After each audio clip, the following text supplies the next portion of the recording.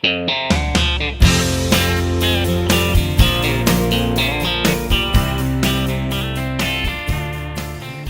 Anne, people look back at 2010. It's been looked upon as kind of a rebuilding year for the cattle market in North America. 2011, it's hard to find some people that are not bullish.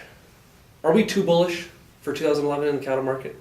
Sean, if I was to ever say we are too bullish to a cow-calf producer or that's struggled over these last 7-8 years, I think we'd be cutting ourselves short. I think the keys that we're going to have to start talking about in 2011 is we don't know.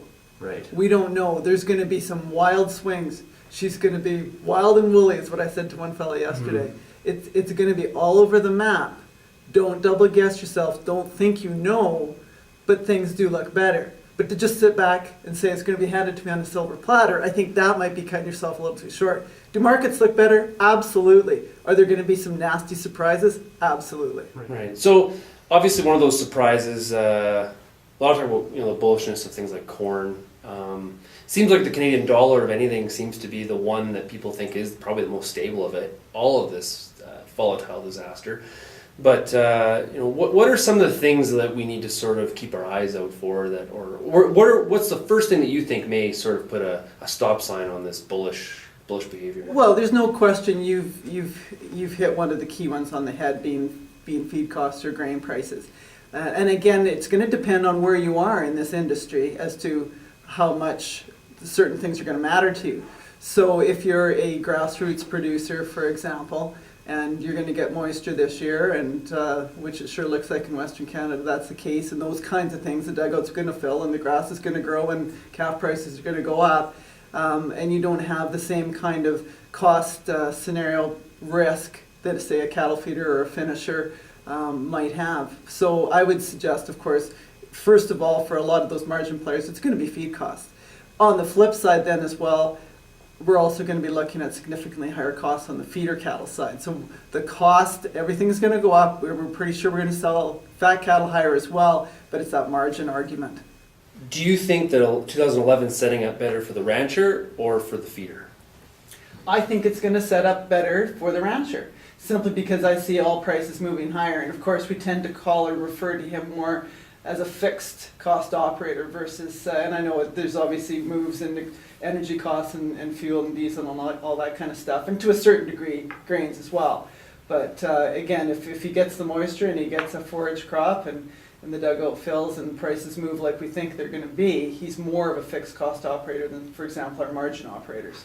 So from the research you've been doing and looking at this market, what does the packer think about 2011? Well, again, Packer's going to be looking at the same supply stuff we're looking at.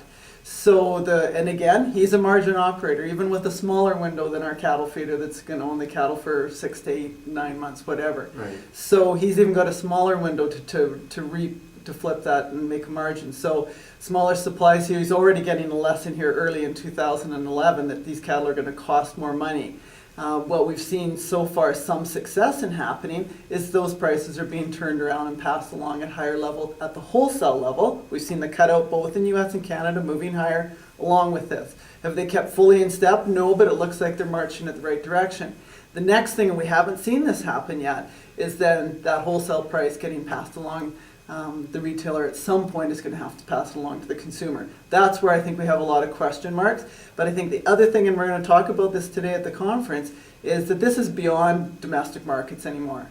So we do have a stagnant Canadian and US beef consumer. What about the Chinese one? What about the Japanese consumer? What about the European consumer? So again, I think we got to look broader, look bigger. There's most certainly pass on. So are you not surprised though when I bring that up with producers? A lot of producers, oh yeah, we've heard that, we've heard about that before. Like, do people have a right to be skeptical in that way, or is there a real promise in terms of those outside markets? I do believe there's real promise in terms of outside markets. I think we see it happening. It's been baby steps, but as we move forward now, And we're almost going to get the crossing of the two lines. Supply is coming down so much faster, so it's a lot smaller today than when we had this discussion, say, 2 years ago.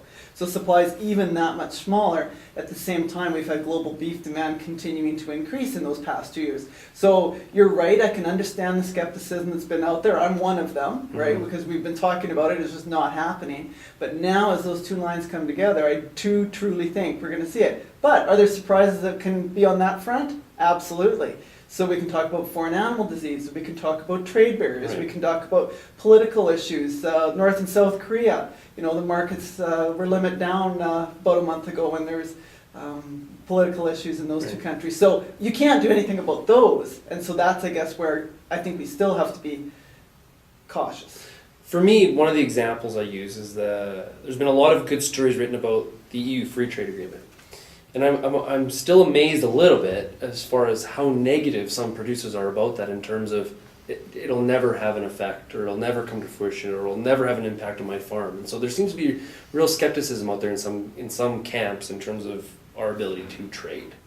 Well, and I think the reason for that, Sean, and that one's going to continue that skepticism, because it's not a clear, we sold 2 more pounds of beef into Russia this year, and therefore the price moved this much at the ranch in southeast Alberta.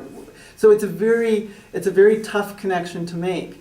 And of course, we've got so many things happening outside of it. You know, past 2 years we've had obviously a recession that sent things spiraling the opposite direction that we thought things would happen. So it's a tough connection to make. I don't think it'll ever be perfect.